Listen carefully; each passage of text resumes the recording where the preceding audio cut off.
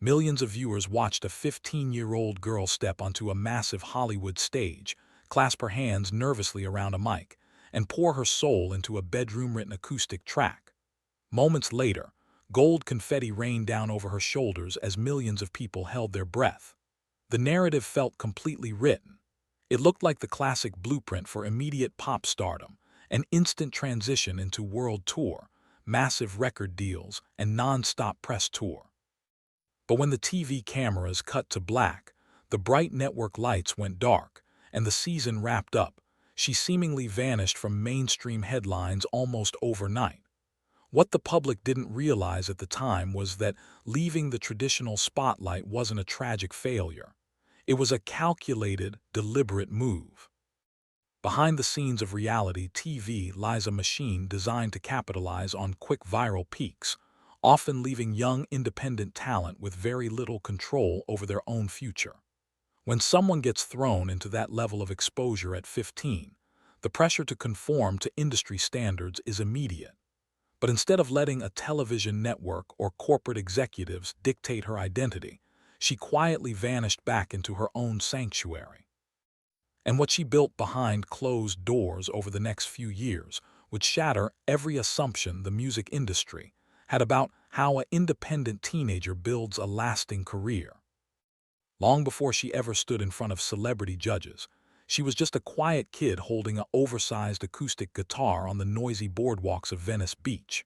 Writing emotional poetry rap in her bedroom starting around the age of 9, music was never a calculated bid for fame. It was her personal outlet for keeping internal struggles at bay.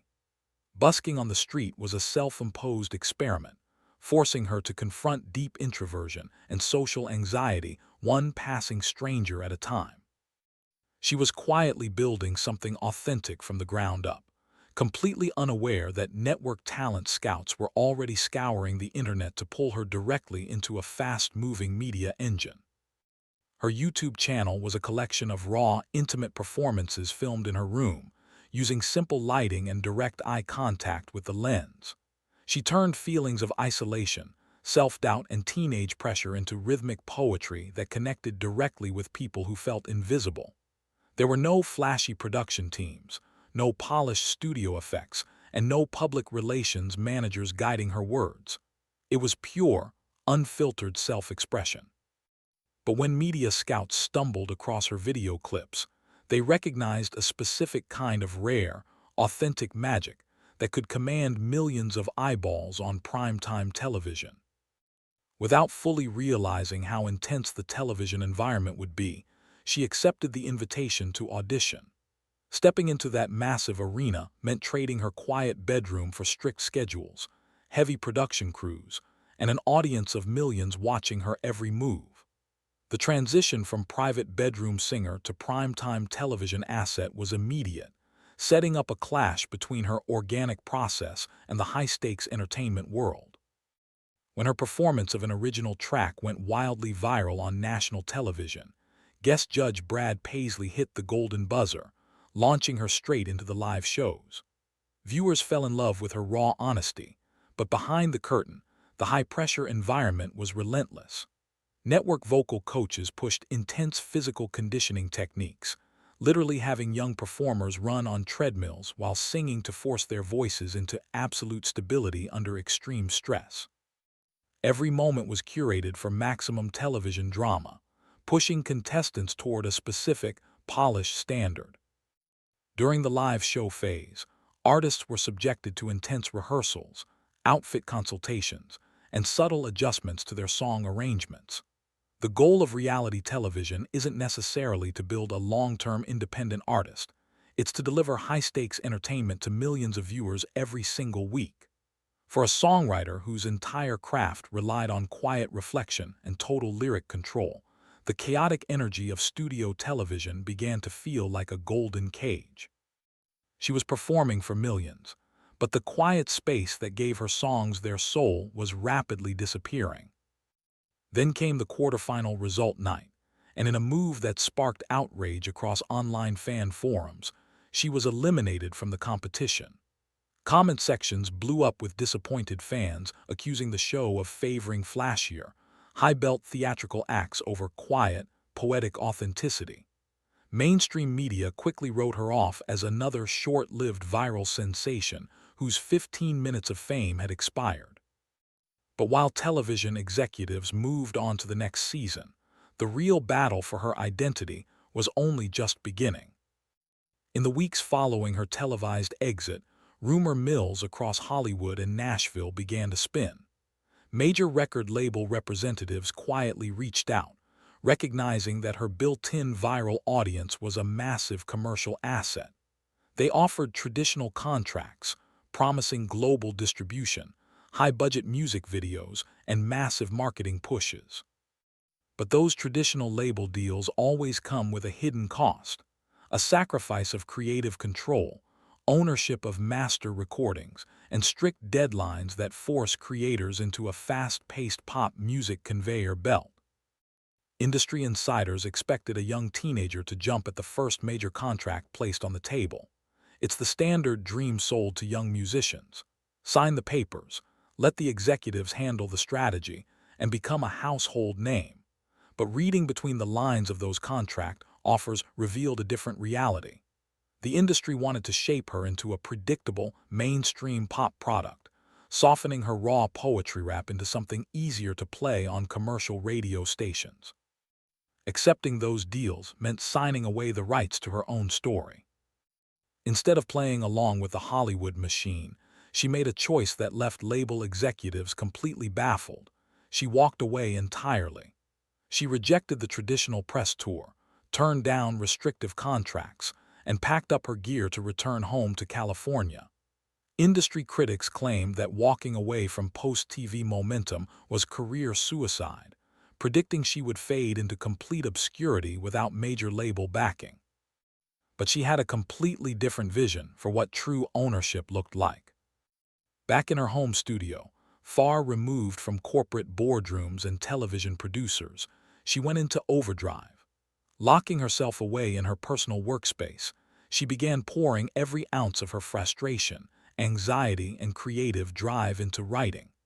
Over the course of the next few years, she quietly accumulated a massive catalog of over 400 unreleased original tracks. She turned her bedroom into a sanctuary, carefully self-producing, recording, and refining her lyrics without asking anyone for permission. This period of quiet seclusion wasn't just about recording music. It was a period of intense personal recovery. Navigating social anxiety while carrying the weight of public expectation is a brutal combination for a teenager. But instead of running away from those heavy emotions, she used them as raw material for her craft. Every track became a detailed capsule of internal struggle, self-doubt, and the messy process of growing up in the digital age. She was proving that consistency in the dark matters far more than fleeting attention under the spotlights. While major label executives were busy manufacturing artificial hits for radio, she was building a massive vault of authentic work. She didn't need a massive team of co-writers or expensive studio sessions to construct a meaningful narrative. All she needed was a mic, a guitar, and absolute freedom to speak her mind. But the music industry operates on data and validation, and skeptics still doubted whether an independent artist could achieve real critical acclaim completely on her own. Rather than riding the coattails of her television past or bringing up her reality TV narrative, she decided to test her music on pure merit. She entered an international songwriting competition under the radar, submitting her work anonymously alongside thousands of independent musicians from across the globe. There were no television producers framing her story, no voting campaigns driven by broadcast hype, and no celebrity endorsements swaying the results. It was purely about the strength of the lyricism, composition, and emotional impact. Out of more than 10,000 entries spanning over 100 countries, her track, Anxiety, took home the prestigious grand prize. It was a massive validation that sent shockwaves through the independent music community. She proved that her talent wasn't a temporary television novelty or a lucky viral trend. It was elite-level songwriting capable of outshining thousands of seasoned artists worldwide. The victory proved that she didn't need Hollywood to grant her credibility. She could earn it entirely on her own terms. That critical win triggered a massive shift in how the industry viewed her trajectory. Streaming platforms began picking up her independent catalog, placement playlists started adding her tracks naturally, and an incredibly dedicated digital began to form. She wasn't just surviving as an independent artist, she was thriving without surrendering a single percentage point of her creative rights or master ownership. But as she entered the next stage of her young adulthood, her sound was about to undergo its most drastic evolution yet. Stepping out of the shadow of her teenage years, her musical identity underwent a striking transformation. Gone was the hesitant bedroom singer who relied solely on simple acoustic arrangements. In her recent chapter, she introduced a much darker, sharper, and more mature sonic style. Releases like Brainless, The Quiet Kid, and Poker Face showed off a confident artist who stepped into aggressive production, complex vocal layering, and an unapologetic, sharp edge. This modern era represents a complete departure from what reality television tried to turn her into. The themes in her recent work dive straight into the complexities of mental exhaustion, social fatigue, and the armor people build to protect themselves in a fake online culture. She reclaimed her narrative entirely, stepping away from the innocent prodigy framing to embrace a raw, cinematic alternative pop sound that resonates deeply with a generation burnt out on manufactured positivity. The numbers behind this independent movement speak for themselves. Accumulating tens of millions of streams, over 2 million followers across digital channels, and hundreds of thousands of monthly listeners, she built a self-sustaining ecosystem without ever signing a corporate contract. She owns every master recording, controls every creative choice, and communicates directly with an audience that values her honesty far more than any polished television routine. Looking at where she stands today, it's undeniable that walking away from quick TV fame was the decision she ever made. The story of her rise isn't just about one musician navigating the music business. It's a massive wake-up call for the entire modern media landscape. For decades, traditional platforms sold artists the myth that you have to sell your soul to a major system if you want your voice to be heard. But by turning down quick corporate cash, trusting her own pen, and building a massive vault of authentic work in private, she proved that true artistic ownership is the ultimate power move. In a world where viral moments fade in seconds and TV fame disappears the moment the cameras stop rolling, real longevity comes down to one thing: authenticity that can't be manufactured by executives.